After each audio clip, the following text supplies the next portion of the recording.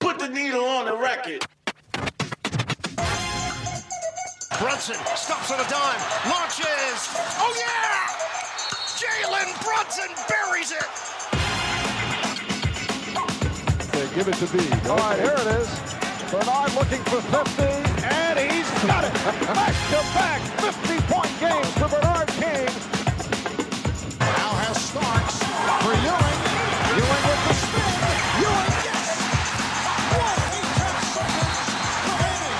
The Knicks lead by 1. Oh, we're back once again for New York Knicks Unleashed. Here to talk about the Knicks 106-100 win over the Magic. We got things to discuss. We got to talk about the officiating. We got to talk about Miles McBride update with that injury. We got to just talk about this game. We're going to talk about Giannis right off the bat because everyone wants to talk about the Giannis. Well, evidently, it was finally confirmed today, about 26 minutes ago, that the destination of preference for Giannis is going to be the New York Knicks. I mean, if I was Giannis and I played in Milwaukee, I think I would want to go to the Mecca because you're in Milwaukee. Nothing wrong with Milwaukee. They used to make a good beer or a bad beer, especially when you were in college because it was cheap, but it's not a NBA capital of the world. It's Milwaukee. But, we're going to have to keep an eye on that because that's both going to linger because the two participants in this trade, Giannis and Kat, are both dealing with a little bit of an injury. So we got to wait and see with that. Speaking of injury, Miles McBride went down last night or yesterday afternoon, we should say, because it was a 12 o'clock game. It was family day at the Garden. He went down with that ankle injury. Right now, x-rays have come back negative. He is going to have an MRI today, so we're gonna have to keep a little bit of watch on that. With Landry Shamet down, and now McBride potentially out for an extended period of time, and Kat's now dealing with an issue as well after he's got a little bit of a calf issue going back to the end of that game the other day against the Utah Jazz, a blowout against the Jazz. The Knicks are becoming the walking wounded. They really are, and with the it's funny. We thought we had a bench this year. We really did. We thought we were going to have some guys to facilitate on the bench. And when you go out with McBride, you have to then adjust with Kat being out. You're going to have to move Mitchell Robinson back into the starting lineup. You're going to rely on the likes of Ariel Lacaporte. You're going to rely on the likes of Tyler. I like Tyler. I think he's a good kid. He wears 13. I'm a Mark Jackson fan. But that's about all I like about him in the NBA.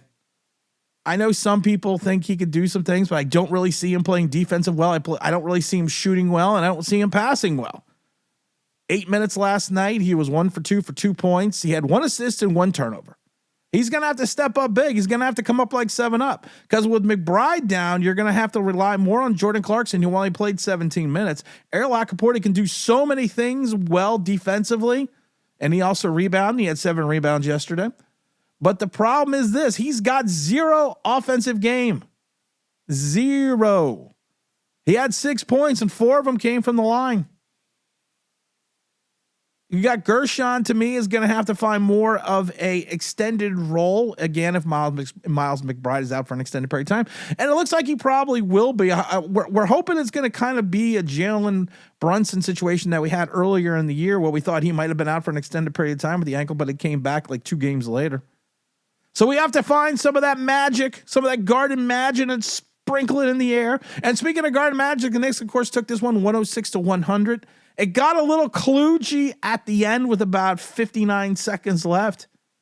Mike Brown had pulled most of his starters, but once the Magic started making that mini run, all of a sudden Josh Hart and Brunson were running off the bench. I love it. There's a great video of Josh Hart with like 58 seconds left in the game holding his kid on the bench because we all thought it was wrapped up.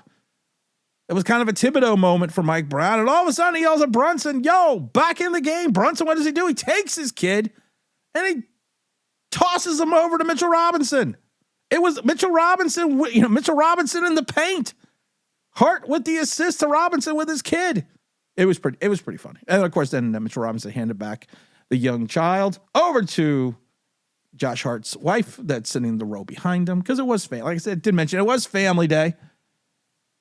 We got to talk about the officiating. The Knicks game was, and I don't want to get too in depth in it, but the Knicks game was just one of those games that it literally was three blind mice, and I can't figure out if they're just not if they're just not teaching things in officiating school, if they're just blind to things.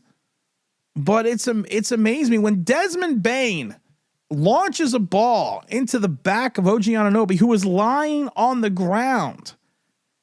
They literally, the refs, now you could plainly see him, OG Anunoby, laying on the ground, and Desmond Bane taking the ball and launching it into the back of OG Anunoby. As he's on the ground, the referees blow the whistle and say, you know what? We're going to have to see if that was a foul. So they literally had to confer with the videotape. It reminded me of Giant head coach Brian Dable for a minute. I'm going to have to go to the videotape and see if that was a foul. And of course they did call it a technical. I don't understand how Desmond Bane was not ejected for a shot. I mean, it literally was shocking to watch. And there was a little bit of an exchange afterwards. And if I was Desmond Bane, I think OG Anunoby is probably the one guy on the Knicks I would not want to fuck with. But it was beyond flagrant. It looked. I mean, it literally was. How do you have to take a timeout, a referee's timeout, and sit there and go, well, we have to go to the tape to see if that was a flagrant see if that was a foul, see if that was a technical. Oh, great balls of fire. And there were so many, and I love it because the Knicks had a coach's challenge early in the game, which was clearly it was supposedly a foul on Ariel Hakaporti, who was blocking a shot, and they called him for the foul, and you could plainly see in the instant replay that Ariel didn't even touch the guy, didn't even graze his arm. Was clearly like 2 inches away from the guy's arm. You could clearly see it on the videotape. Clearly see it. And the Knicks, of course, challenged it immediately. And the referees go, nope, he hit him. That's a foul.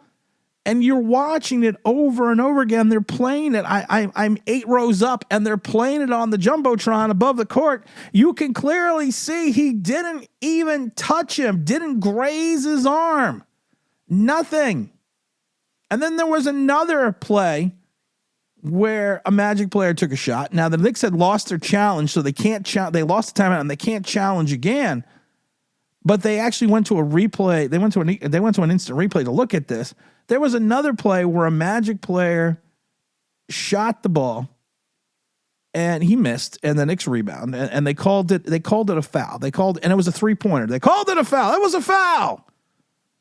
And again, once you're watching the video, the ball was long gone out of this gentleman's hand, was already off the rim, and then the Knick player grazed the guy's elbow. It was all in a singular motion. So there was no way that you could see this, and we were all laughing because it's like, it's not, the ball was already bounced off the rim by the time his hand grazed the elbow of the Magic player, but it was a foul. Oh, just another day in Knick paradise. But like I said, it was a good win, especially after what we have had dealt with the last 2 games of the Magic. Magic won. The Magic won most recently 133-121. They also won 124-107 back on the 12th of November. I keep thinking this, that if the Knicks truly have championship aspirations, I know there's certain other teams out there that are going to be in their way, but I just have this feeling that the road's going to run through Orlando, and this Orlando Magic team really matches up extremely well with the New York Knicks team. We want to give a big shout out, of course, to Jalen Brunson. I think Jalen Brunson missed his friend, the cat, Karl Anthony Towns, in the middle, because he took a beating every time he tried to drive. And I know at times, Cat seems a little disinterested. Cat doesn't play to his ability that some fans think he should, but he is that large presence in the middle of the court, especially offensively, that allows Brunson to head to the hoop. We also had another big game from Hart. Like I said, I love Josh Hart. 17 points, 12 rebounds, 2 more steals as well. This is a guy he's playing his 34 minutes. He's always out there. He's always running. He's always doing everything he possibly can to will this team to win. Another big game for Hart. Also, OG Anunoby had a nice game with 21 points and 7 rebounds. And then Bridges is just Bridges. Bridges is 12 points, 6 rebounds, 7 assists, 2 steals, only 1 turnover and a block. I'm going to say it, and I'm going to say it again. I'm going to say it over and over again. The Knicks probably have the best starting 5 right now in the NBA. The bench, once again, especially with the loss of Miles McBride, potential loss of Miles McBride, is going to be devastating at times until Karl Anthony Towns comes back. And we do have to find some more scoring off this bench, and we need to try to find a true point guard to help facilitate this offense. Oh, like I said, this is the first time we're dropping on the new channel itself here of Knicks Unleashed. We were putting it up on the online Big Blue channel, but we're going to keep it on the Knicks Unleashed channel as well here. We're going to start the new channel. We're always going to have the pod. So we're going to try to do videos daily. We're going to start doing on-camera stuff starting in a week. We're just getting the studio set up again and all the background. So make sure you stay tuned for that. Like, subscribe, ring the bell, click your damn notifications and all that stuff, because you want to know what? Get your news, get your Knick news here. I'm Tim, and this is New York Knicks Unleashed.